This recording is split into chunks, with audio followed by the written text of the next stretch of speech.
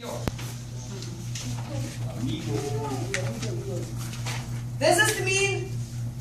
means you, but it's informal. So in a second I'm going to distinguish between the formal version of saying it and the informal.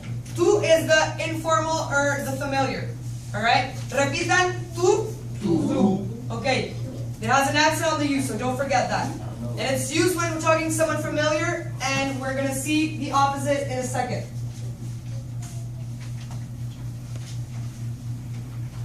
El means he. Okay? Where else have we seen the word el? The. Where did we see that? Test. For the date, right? So here we have el also. Hoy es jueves el 11. What's the difference between this el and that el? The accent, alright? So make sure that when you're talking about he, you put an acento, right? An accent. Because here it doesn't have an accent, it means the. If it has an accent, it means what? He, perfecto. So they call me, you say accent? Accent. Yeah, this is an accent, it's not a call. It is used when we're talking about a boy, guy, or a man, and it's used in the same way as the English counterpart, right? So when I say, Jorge es mexicano, and then we say, él es de Guadalajara, who is él referring to? He is Jorge, right? Él es Jorge. Don't forget about the accent. Then we have the feminine version, right? She. Is it ella? Ella. What is it? Ella. Ella. Jordan, can you spell it out for me? In español?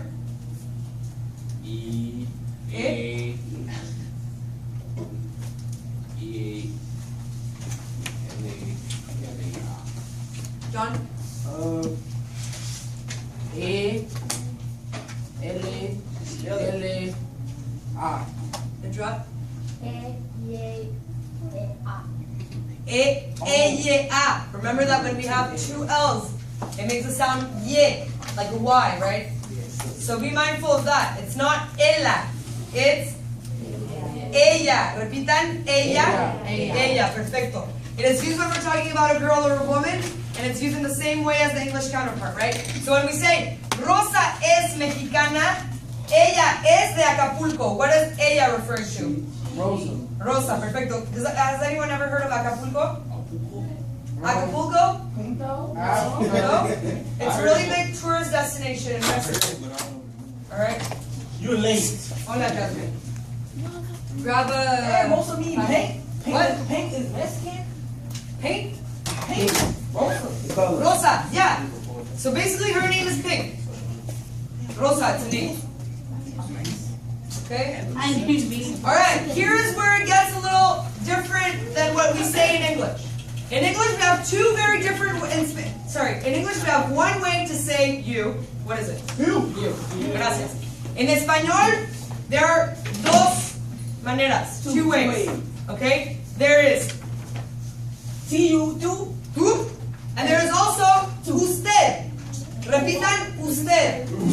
Okay. Usted is the formal way of saying tú. So basically, if Diogene and I are talking, she's going to say usted to me because I'm her teacher. But if Diogene is speaking to Cameron, she's going to use what? Tú. Because it's the informal. Alright? Say it again. Please do that again. Alright. Let's repeat this together. Usted is the formal version. Yeah. Alright? It is when we are talking to someone you should respect. So for example, a boss, someone who's older than you, a teacher, President. an officer, the president, you would definitely say usted. Okay? Tú is when you're using this with your friends, your family. It's not really slang, but it's just more familiar. It's people who you're on a first name basis with. Okay? So we have two.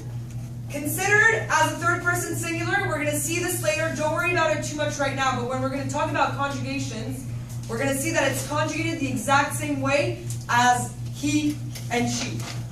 Okay? Just keep that in mind. We're going to review this in a second.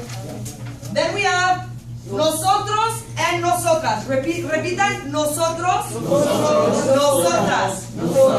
Can someone take a guess as to the difference between nosotros and nosotras? Sí, es One Yeah, so nosotros is masculine and nosotras is Feminine. feminine. Perfecto. So in English, we have one word to talk about we, but in Spanish, if I'm part of this big group right here, okay, and I'm only with the boys, we're still going to use nosotros because the masculine always takes over the feminine.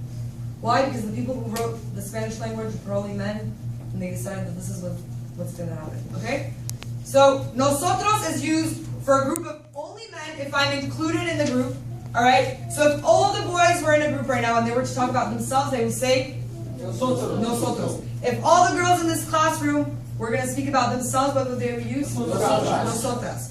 If there was a group of only boys and Delilah was in the group, what would we use? Nosotros. Right? Because even if there was a group of 1,000 girls and one boy, it would still be nosotros. Alright? That's just the way it is. Nosotros is us. Alright, so I'm including myself in the group, I'm going to say nosotros.